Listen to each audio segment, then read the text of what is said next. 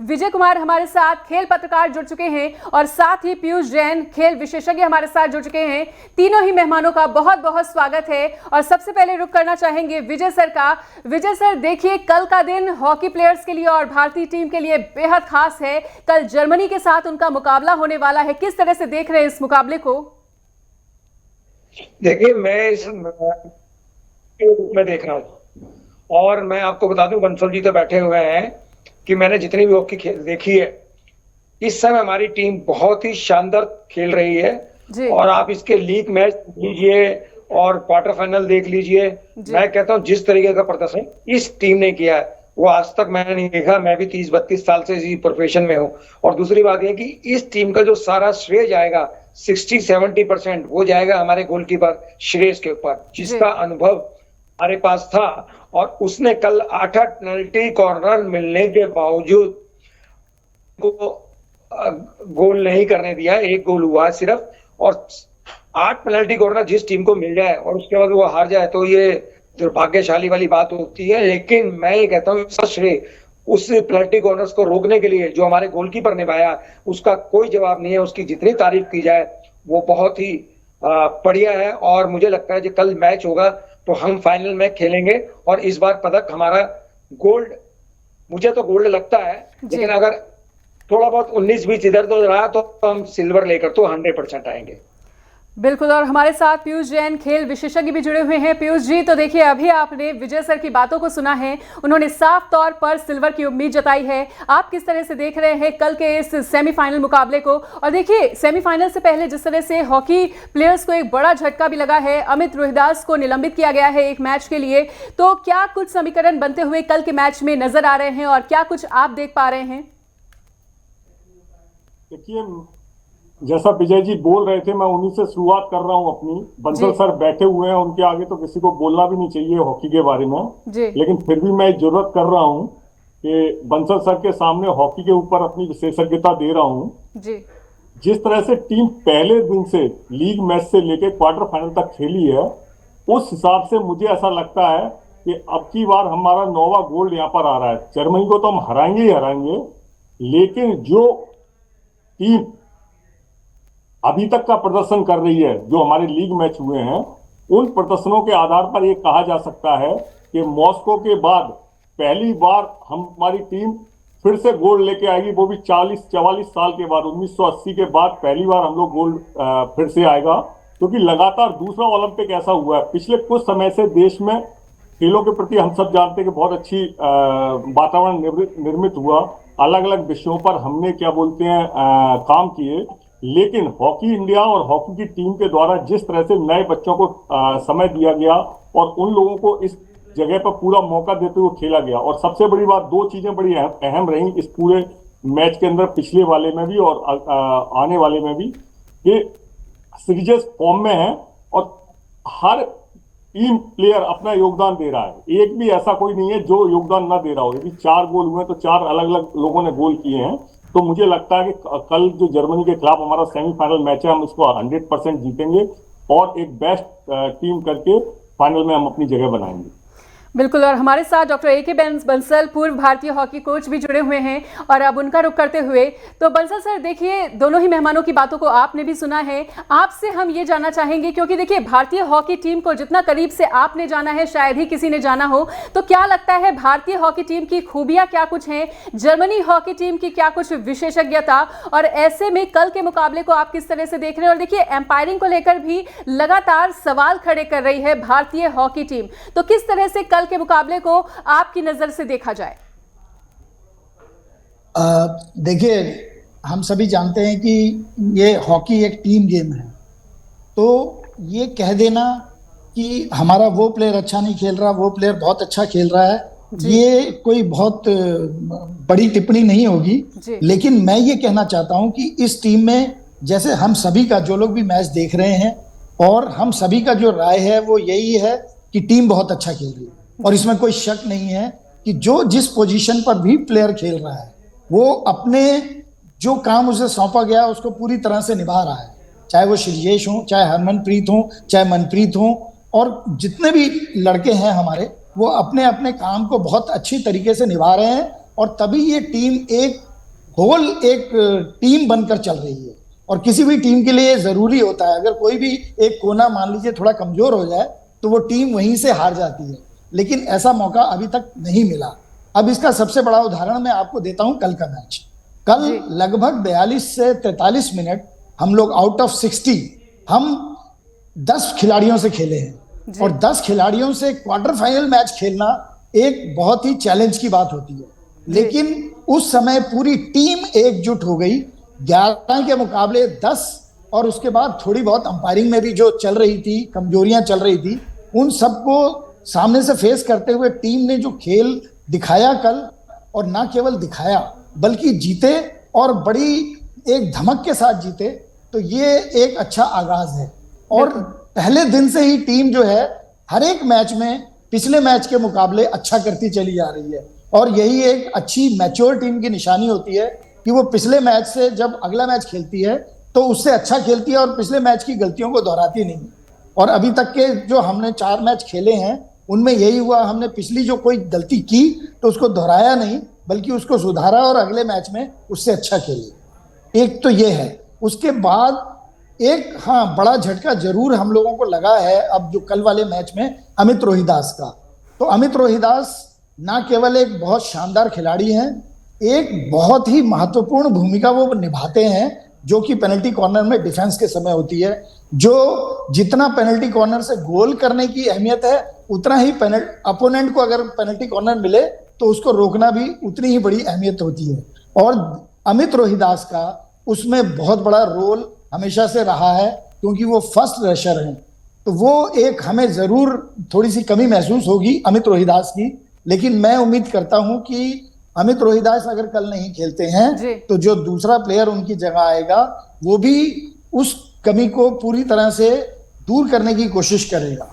Umpiring, ये जाहिर है सिर्फ हम भारतीय टीम ही नहीं बल्कि बाकी दूसरी टीमें भी महसूस कर रही हैं, लेकिन हाँ, हमको 2-3 जगह बहुत बहुत इंपॉर्टेंट जगह पर ये झटका लगा है अंपायरिंग का। ऑस्ट्रेलिया वाले मैच में भी लगा था, जिसमें एक लास्ट मोमेंट पे हमने गोल किया था और उस गोल को नकार दिया गया।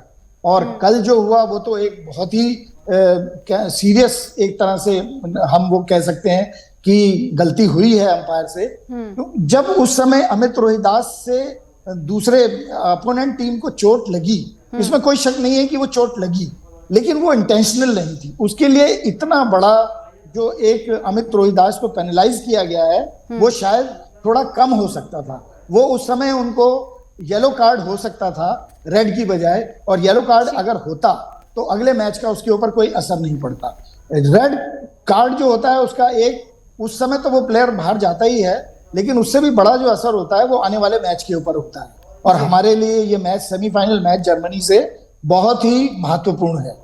ऑफ कोर्स जर्मनी को अब हम हेयर एंड देयर कभी भी हम हराते रहे हैं। अब जर्मनी कोई हमारे लिए बहुत बड़ा चैलेंज नहीं है।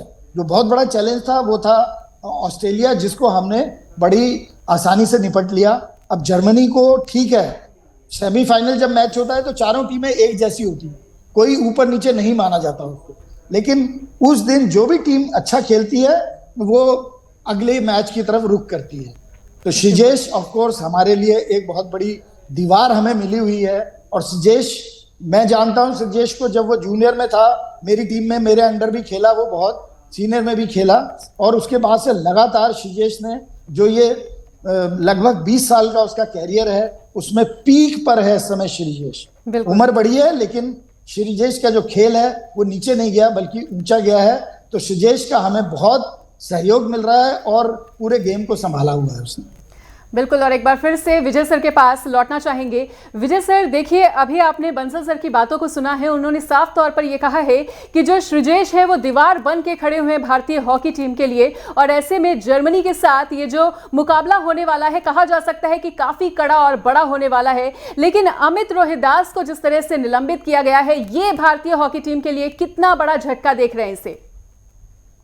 देखिए, झटका तो है, इसमें कोई डाउट ही नहीं है, लेकिन मैं अब एक हॉकी प्रेमी होने के नाते आपसे कहूंगा कि अब हम पुरानी भूल को छोड़ के हमारा जो नया प्लेयर उसकी जगह आएगा, हालांकि हर प्लेयर की अपनी अहमियत होती है, लेकिन मैं ये कहूंगा कि जो उसकी जगह स्थान लेगा, वो खेलेगा, वो अपना 200% करेगा तो हमें लगता है कि एक जो कमी हमें अभी खल रही है ना वो ना खले। मैं तो ये कहूंगा क्योंकि मैच हमारा बहुत महत्वपूर्ण है और इस मैच से हम सिल्वर और गोल्ड के लिए जाएंगे, तो मैं ये कहूंगा कि हम पुरानी भूल को छोड़ दें और नया जब हम नए 11 उतरेंगे मैदान के अंदर, एक ही होगा वो गोल्ड मेडल का, और उस गोल्ड मेडल उसको जर्मनी बिल्कुल भरोसा है कि हम कल जीत दर्ज करेंगे, अपोजिशन टीम को हराएंगे। दूसरी बात बंसल जी की एक बहुत अच्छी लगी कि पहले हम कहते थे यार ये हॉकी एज बहुत बढ़ गई है या ये थोड़ा छोटा है या थोड़ा बड़ा है, लेकिन आज श्रेयस को देखकर हम कह सकते हैं कि उम्र के साथ साथ अनुभव भी बहुत जरूरी होता है। मैंने जितने मैच देखे मैं तो ये मानता हूं कि श्रेयस से बढ़िया कोई नहीं। और फिर प्रधान जी हमारे कप्तान साहब का भी रोल बहुत अच्छा रहा है, चाहे वो पेनल्टी स्ट्रोक में रहा हो या फील्ड में रहा हो। तो मुझे लगता है कि हमारे जो कप्तान है, मैं किसी एक का नहीं, मैं तो कहूंगा पूरी 11 की 11 टीम ने के प्लेयर्स ने अपने अपने स्थान पर 100% दिया है और जिस खेल रहे हैं और अगले मैच में भी खेले जो अब है कल, तो मुझे नहीं लगता कि हम गोल्ड से पहले रुकेंगे। लेकिन मैं फिर भी एक बार ही बोल रहा हूं क्योंकि देखिए दूसरी टीम भी खेलने आई है और बंसल जी ने कहा भी है कि जब 4 टीमें एक जगह जैसी होती हैं तो कुछ भी हो सकता है, और जो मौके का फायदा उठा गया वो सक्सेस होता है और जो चूक गया वो चूक जाता है। जैसे ब्रिटेन ने कल 8 पीसी दर्ज किए लेकिन गोल करने में नाकाम रही। तो मुझे लगता है कि बंसल जी वाली बात सही है कि हमें 100% वहां करना पड़ेगा। और हमें हमारा प्लेयर एक बाहर चला गया, मुझे दुख है, सभी को होगा, टीम के हर उसको होगा, हर हॉकी प्रेमी को भी होगा। लेकिन मैं ये कहूंगा कि यार इस सब कुछ छोड़कर हमें अब जो बच्चा हमारा उतरेगा, कल जो हमारा एक खिलाड़ी उतरेगा वो 100 नहीं 200% करेंगे और कल हम करेंगे। और मुझे पूरी उम्मीद है कि भारतीय टीम कल फाइनल में खेलेगी। बिल्कुल। एके बंसल सर, एक बार फिर से आपका रुख करना चाहेंगे और ये जानना चाहेंगे कि देखिए जो भारतीय हॉकी टीम है उसको लेकर भारत में काफ़ी ज़्यादा उम्मीदें हैं, और ऐसे में जो शानदार जीत कल उसने दर्ज की है इसके पीछे का मूल मंत्र क्या कुछ समझ पा रहे हैं? किस इंप्रूवमेंट के बाद भारतीय हॉकी टीम कल सेमीफाइनल तक पहुंच रही है? देखिए, ये जो एक बात है कि पिछली गलतियों को भुला देना और आगे उनमें उन गलतियों को सुधारना, एक तो ये एक बड़ा मूल मंत्र है जो मैं फॉलो कर रहा हूं और देख रहा हूं कि टीम हमारी किसी भी जो शुरुआत के मैच थे उनमें जो छोटी छोटी गलतियां हुई थी उनको उन्होंने सुधारा और उससे आगे बढ़कर उन्होंने खेला। उसके बाद सबसे बड़ी जो बात है कि पहले हम लोग किसी समय में हमें ये कमजोरी हुआ करती थी कि हम लोग गोल स्कोरिंग हमारी बहुत कम होती थी। अब आज की डेट में जो हमारी हॉकी की टीम ये खेल रही है इसमें वो कमी नहीं है कि हम गोल नहीं कर पा रहे हैं, हम गोल कर पा रहे हैं, हर मैच में हम गोल कर पा रहे हैं और मैचों में ज्यादातर क्या होता है कि हम पहले भी गोल करते हैं। तो ये एक बहुत शानदार जो उपलब्धि है हमारी टीम की वो है कि हम गोल कर पा रहे हैं। अदरवाइज हमेशा डिफेंस करने से नुकसान ये होता था कि हम डिफेंस जो भी टीम ज्यादा करती है वो अक्सर देखा गया है कि वो गोल कंसीड करती है और हारती है। अटैकिंग, इसका मतलब है अटैकिंग खेलना बहुत जरूरी है। और उसके बाद देखिए सेमीफाइनल जो होता है वो किसी भी टूर्नामेंट का, ये मेरा अपना पर्सनल एक्सपीरियंस है, वो फाइनल से हमेशा अच्छा होता है। मतलब फाइनल से बहुत कठिन भी होता है और हमेशा अच्छा होता है, खेल भी उसमें अच्छा देखने को मिलता है। दोनों टीमों के पास सिर्फ एक ही एम होता है, करो या मरो। अगर सेमीफाइनल से ऊपर नहीं जाएंगे तो वो किसी भी उसमें शामिल नहीं हो पाएंगे और सेमीफाइनल इसलिए हमेशा अच्छा होता है। तो मैं ये उम्मीद करके चल रहा हूं कि ये जो पिछली गलतियां हैं उनको बिल्कुल भुला दिया जाए, जो आज छोटी छोटी गलतियां होती हैं उनको भुला दिया जाए, आगे बढ़ा जाए। और एक और बहुत जरूरी चीज है कि सेमीफाइनल में ज्यादा से ज्यादा अपनी तरफ से बचे। कोई भी खिलाड़ी कभी भी नहीं चाहता कि मुझे कोई कार्ड मिले, लेकिन फिर भी मैं ये कहना चाहता हूं कि ज्यादा से ज्यादा कोशिश होनी चाहिए कि हमसे कोई ऐसी भूल ना हो जिससे कार्ड मिले। एक और छोटी सी बात मैं ऐड करना चाह रहा हूं। आज मेरी सुबह एक छोटी सी चैटिंग हुई थी जो हमारे प्रेसिडेंट है मिस्टर दिलीप टिर्की, जो खुद ओलंपियन हैं, कप्तान भी रहे हैं। तो मैंने उन्हें एक छोटा सा एक गुरु मंत्र जरूर दिया।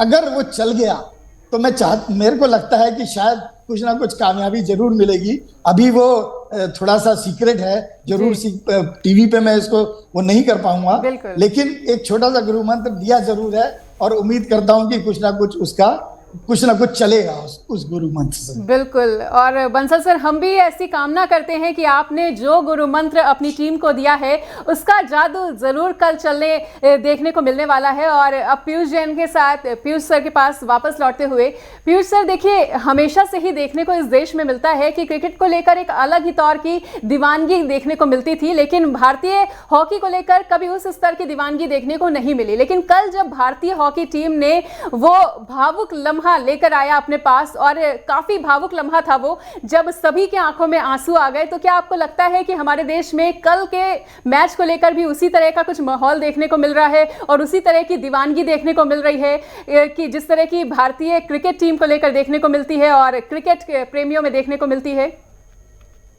देखिए मनीषा जी, क्रिकेट अघोषित रूप से हमारा राष्ट्रीय खेल है। घोषित रूप से तो अभी तक कोई खेल नहीं है, लेकिन फिर भी हम हॉकी को हमेशा से अपना राष्ट्रीय खेल मानते हैं, क्योंकि हॉकी में हमने आज तक ओलंपिक में सबसे ज्यादा मेडल लिए हैं। हमारी यदि टैली देखेंगे तो हमने सबसे ज्यादा गोल्ड मेडल हॉकी में लिए।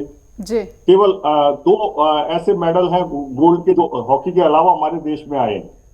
तो लेकिन पिछले केवल इस बात को हम कल के मैच से न तुलना करें और हम इसको जरा 3 साल 4 साल पीछे जाएं, जब हमारी पिछली बार हमारी हॉकी टीम ने ब्रॉन्ज मेडल जीता था। तब से हॉकी के प्रति एक बदलाव आया और उसी बदलाव का असर कल तक देखने को मिला। और केवल कल ही नहीं, आगे आने वाले जो 2 मैच और होने हमारे, सेमीफाइनल और फाइनल, मुझे लगता है जब हम फाइनल में पहुंचेंगे तब पूरा देश क्रिकेट से भी ज्यादा टीआरपी यदि किसी गेम की हो रही होगी तो हॉकी की हो रही होगी। तो मुझे पूरा विश्वास है कि आगे आने वाले दोनों मैच, कल का मैच और उसके बाद जो हम फाइनल खेलने वाले हैं, उन दोनों मैचों में हॉकी के प्रति दीवानगी उसी रूप में आएगी जिस रूप में हमारे पहले आती थी, जब तक हम ओलंपिक में गोल्ड मेडल जीतते थे और स्टेडियम भरे हुए होते थे।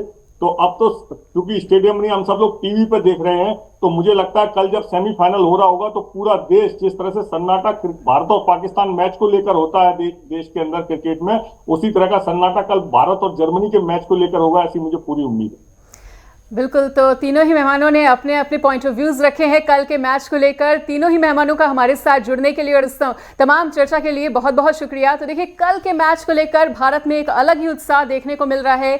कल भारत बनाम जर्मनी का मैच है, जिसको लेकर भारतीय हॉकी टीम काफी ज्यादा अपने आप को तैयार समझ रही है। हालांकि देखिए, इस खेल से पहले कहीं ना कहीं भारतीय हॉकी टीम को एक बड़ा झटका जरूर लगा है, लेकिन उस झटके से भी किस तरह से निपटा जाए और किस तरह से अच्छा प्रदर्शन किया जाए, इसको लेकर भारतीय हॉकी टीम अभी से तैयारियों में जुटी हुई है। देखना काफी दिलचस्प रहने वाला है कि कल का मैच कितना ज्यादा रोचक होता है। फिलहाल यहां पर रुकेंगे एक छोटे से ब्रेक के लिए।